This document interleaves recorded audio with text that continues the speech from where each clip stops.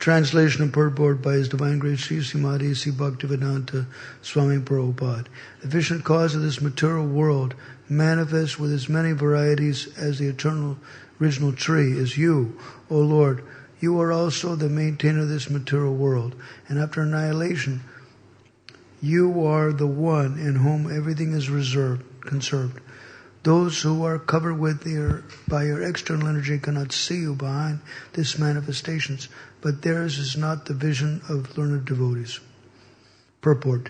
Various demigods beginning from Lord Brahma, Lord Shiva, and even Vishnu are supposed to be the creator, maintainer, and annihilator of this material world, but actually they are not so. The fact is that everything is the Supreme Personality of Godhead, manifested in varieties of energy. Ekam evedvityam Brahma. There is no second existence. Those who are truly vipaschid, learned, are those who have reached the platform of understanding and observing the Supreme Personality of Godhead in any condition of life. Premanjana churita bhakti vilochanena santa sadaiva hridayeshu balokayanti. From Brahma Samhita, Chapter 5, verse 38. Learned devotees accept even conditions of distress as representing the presence of the Lord, Supreme Lord. When a devotee is in distress, he sees that the Lord has appeared as distress just to relieve or purify the devotee from the contamination of the material world. While one is within this material world, one is in various conditions. And therefore, a devotee sees the condition of distress as but another feature of the Lord. Tat tenu kampam susamekshamano. Bhagavatam 10:14-8. A devotee therefore regards distress a great favor of the Lord, because he understands that he is being cleansed of contamination. Tesham aham samudhartam mrityu samsara sagarat. From Bhagavad Gita chapter 12 verse 7. The appearance in distress is a negative process intended to give the devotee relief from this material world, which is called mrityu samsara, or the constant repetition of birth and death. To save a surrendered soul from repeated birth and death, the Lord purifies him of contamination by offering him a little distress. This cannot be understood by a non-devotee, but a devotee can see this because he is vipaschit, or learned. A non-devotee, therefore, is perturbed in distress, but a devotee sometimes welcomes distress as another feature of the Lord. Sarvam kalavidam Brahma. The devotee can see that there is only the Supreme Personality of Godhead and no second entity. Ekam eva dvitya. There is only the Lord, who presents himself in different energies. Persons who are not in real knowledge think that Brahma is the creator, Vishnu is the maintainer, and Shiva is the annihilator, and that the different demigods are intended to fulfill diverse energies.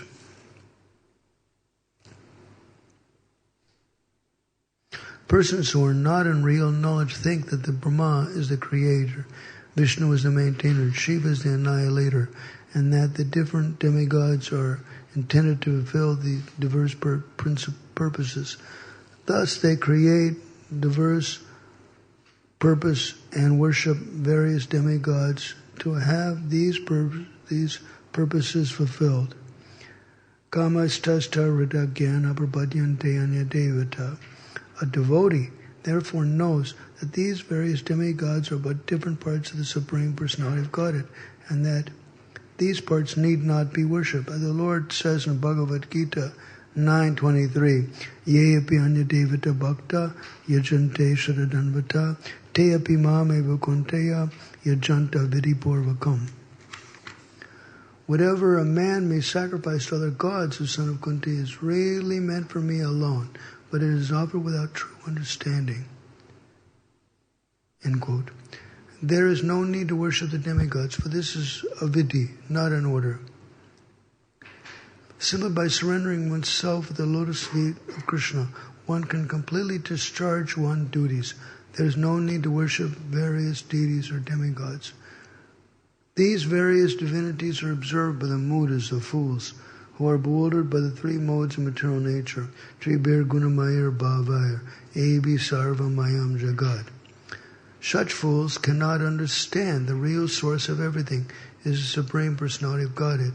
Mohitam navijananti mamebhya paramavyayam. Not being disturbed by the Lord's various features, one should concentrate upon and worship the Supreme Lord. Mamekam sharanam vraja. This should be the guiding principle of one's life. End of the purport.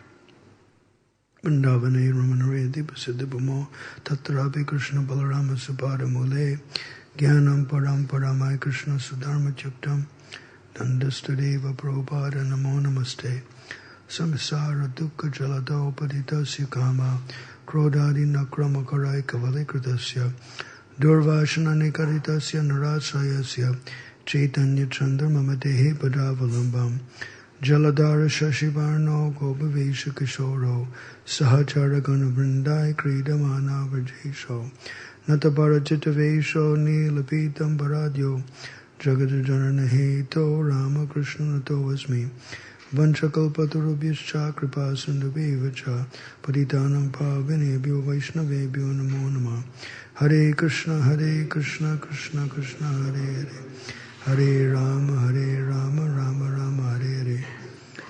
So, Prabhupada mentions in the purport about distresses, that the devotee receives distresses to purify himself. So a Vaishnava and Vaishnavi have substance, hey, I only get the slaps I deserve. Sometimes you need a good slap. A good slap helps you out, reforms you, and stuff. There was once a kid that was sentenced to death for committing murder. Before he was taken away, he called his grandmother to come forward. She didn't hear him. So he called her closer. And then he bit her ear. And he said, this is your fault. When I was small, you didn't chastise me. And therefore, you could have prevented this from occurring like that. So sometimes a good slap is good for you. And actually, the Supreme Lord has to convince the living entity to give up this body and go back to the spiritual world, because material world is all we know. We don't know the spiritual world. So it's interesting stuff. The Supreme Lord has to convince us about it, about going to the spiritual world. He has to come in the heart and convince us.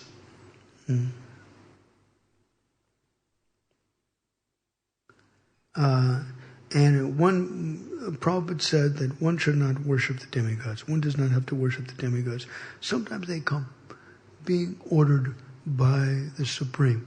Once I was visiting a disciple in South Florida, and then Mangal Devi came in my heart. And there's a joke. You haven't seen your sister in 40 years, you can Google and get her on Facebook. You can Google for any damn thing, and 95% of the time you get the answer. So my dream broke, and I Googled, who is her? And it turned out to be the name of the Tantric Durga deity in Guwahati, Assam, Kamakya. So, Mangal Devi, Durga, who is her? I didn't bribe her. Why did she come? It must be good for Hari Nam. And Balaram must have told her to fix his problem. When I got to Balaram, to Puri Parikrama, then I found out that Mangal Devi is a Karaka, the executor of Balaram's desire. So Balaram did tell her to fix his problem. That's interesting stuff. So, is a demigod there or not? It really depends on the pujari of Ahana, that being called nicely or not. All right, maybe he's there. Okay, then give him a good bribe. A devotee is ready to give Charanamrita and Mahaprasad to anybody. What to speak of a demigod? So if you give some garland, some Mahaprasadam, some Charanamrita, some Deepam, some incense, offered incense, and they go, wow, you're really nice. What can I do for you? And you get your foot in the door. Like that. There's a deity, Gopeshwar Mahadev, which is worshipped to destroy the bodily conception of life. Those that are in male bodies, stuck in male bodies, can worship Gopeshwar Mahadev to become mancharis. And those who are stuck in female bodies can worship Gopeshwar Mahadev to become cowherd boys, servants of Krishna Balaram. So it works. So he's a little inside. And so I was expecting Yamuneshwar Mahadev as a representative. So I asked the Pujari in Yamuna temple, how old is the temple?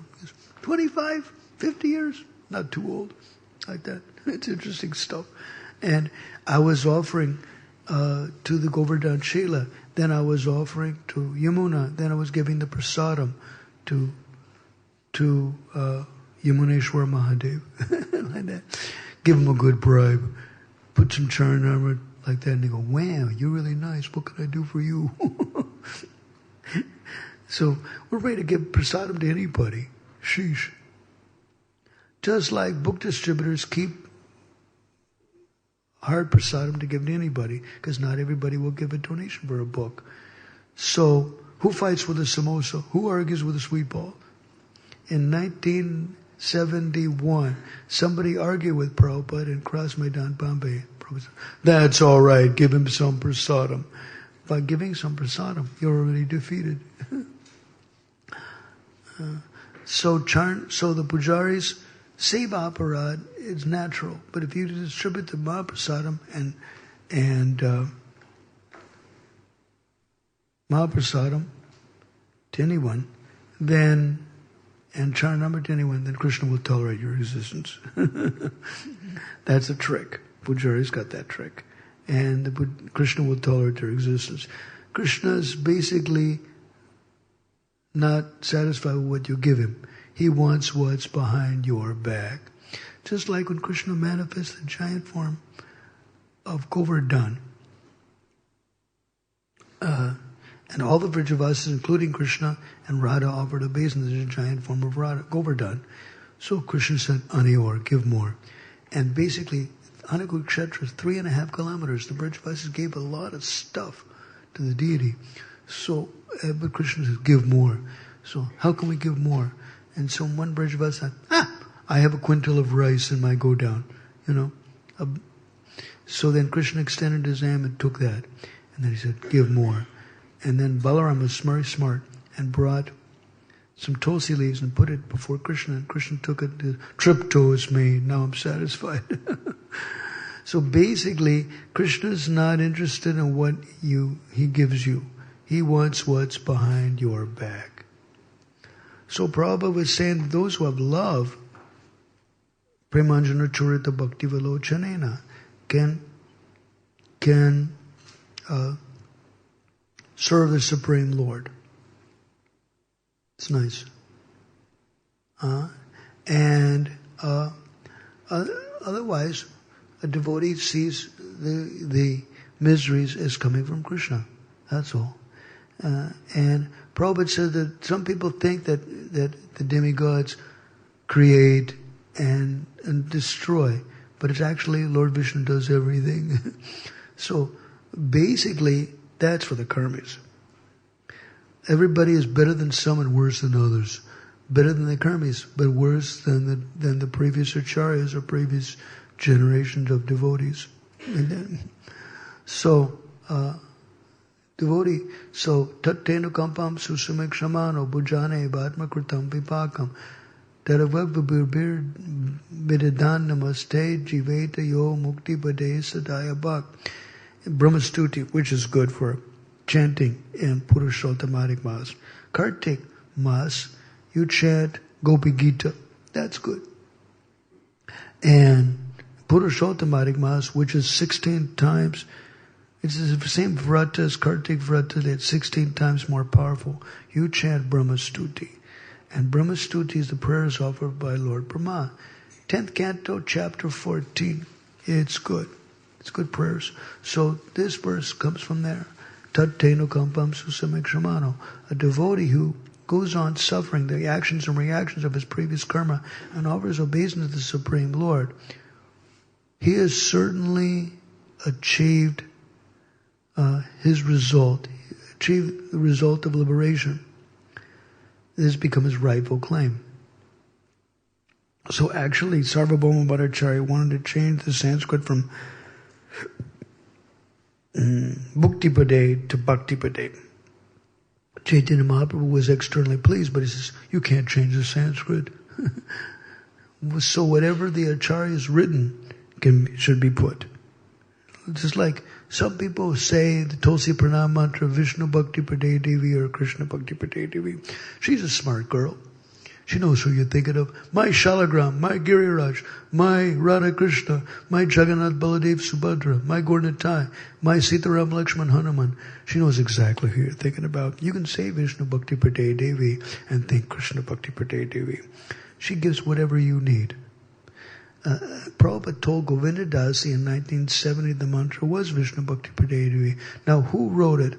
Now, Fakir Mohan Das, the Oriya retired 92-year-old Sanskrit retired professor of Sanskrit from Utkal University, said that there were two Dina Krishna Das in Oriya culture. Which one wrote the bhajan? God knows, It's like that. So one godbrother was saying Krishna Bhakti Pade Devi, and I thought, wow, that's good enough. Prabhupada's statement is good enough for our line, but what about the rest? So we need Sanskrit to prove it. And so I asked my Sanskrit disciple to find it, and he couldn't find it. I thought, maybe in Vishnu Purana. He checked in Vishnu Purana. He said it's a Bengali bhajan, likely. So it means that who knows? Who knows who wrote it? God knows, like that. God knows Zagyata Kavita. It means, just like in Padyavali, Rupa Goswami's Padayavali, garland of verses. It's basically Rupa Goswami's shloka book, 368 verses that he used to quote, and the Gyata Kavitas are really cool. The Kavi thought, Krishna's given the brains to do this. Why should I take credit? Like that. But it means, wow, it's really good. Agyata Kavitas are really good. Just like for Janmashtami, Charastakam and Charagraganya Purushastakam is really good for Janmashtami. Who wrote it? Nobody knows. Technically, it's Agyata Kavita. When you look at it, the verses, it looks like somebody in Pushti Margi line wrote it. But who wrote it, God knows. So another one, Hari Namastakam is good, but it's an Agyata Kavita. Nobody knows who wrote it, but nobody cares because it's pretty good. So Agyata Kavitas means definitely memorize this stuff. It's good stuff. Agyata Kavitas means definitely memorize that. So Vaishnava worships the demigods as servants of Vishnu. Brahma Deva Adigan Tabadasa Aganan. Bhaktivinoda Thakur states in Sharanagati that Brahma and all the demigods, you should consider them to be Krishna's servants. Taba Gyait Sada Balavan. Your desire is very powerful, So one should consider the demigods as Krishna's servants and in the universal situation. One should consider them as servants and worship them accordingly. As one, it was described in Krishna Chaitanya Charita Mahakavya that by Jagannatha Pandit, he questioned Murari Gupta, the author, that our Prabhu, Gauranga, has taken the remnants of Mahadeva. And when you consider the curse of Bhrigu in 4th canto said, anybody takes the remnants of this person will become a Pashandi, an atheist. Anybody takes the remnants of Lord Shiva will become an atheist. So then Murari Gupta replied, if you consider Lord Shiva to be a rival of Lord Narayan, then the curse of Bhrigu Muni takes effect. Yet if you consider him a Maha Vaishnava, Vaishnava Nam Yata Shambhu, it's basically 12th canto, chapter 13, verse number 16. Vaishnavanam Yata Shambhu. That he's a Vaishnava, then the curse of Bhrigu Muni can't take effect. And one can take prasadam. So, if you doubt, just put it in front of the deities and ask them to sort it out. Is it offered or not? Just ask them to sort it out. I don't know what's going on. You guys know what's going on. You sort it out. So it's interesting. You can put it in front of the deities and offer it any second time, and ask, you sort it out. So sometimes devotees, they worry that because the pujaris offer meat to Lord Shiva, So if you doubt it, then offer it yourself. Then you know it's pure. Freed from garlic and onion and free from contamination of meat, etc., etc. Then offer it yourself. Then you know it's good. Just like onion and garlic appear to be vegetables. So I doubted that. In 1973, there are two pramanams actually, that the Vaishnavas don't take onion and garlic, but they're vegetables. How is that? So my biology teacher in school said that the onion plant does not have a proper excretory system. That tangy taste you like is the stool of the onion plant. So then I showed him this verse of Bhagavad Gita, 17:10. Yata yam yam gatarasyam puti parishatam chayat uchestam api cha medyam bhojanam tamasa priyam. Those who are in the mode of ignorance like foods that are putrid, stale, consisting of the remnants of others, like that. Cooked more than 3 hours before being eaten, are like by those. And so I showed it to him. He goes, "Wow, this book is really nice. How much is this book?" $5. All my teachers took books, including the principal.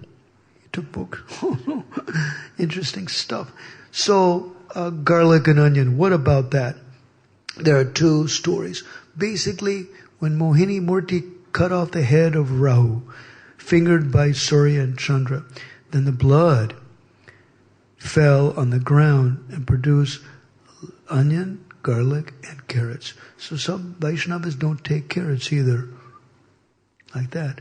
Another one was that Ahalya, Gautam Muni's wife, Gautam Muni was doing a Gometa Yagya. He was rejuvenating an old cow into a younger cow. And so his wife, Ahalya, wanted to taste the flesh of the old cow. Her husband caught her. She didn't get away with it. Yet from the white flesh sprung garlic, and the red flesh sprung onion. So these are two pramanams. And when I mentioned that to the devotees in Tirupati, then TTD threw onion and garlic out of their chotri, out of their kitchen.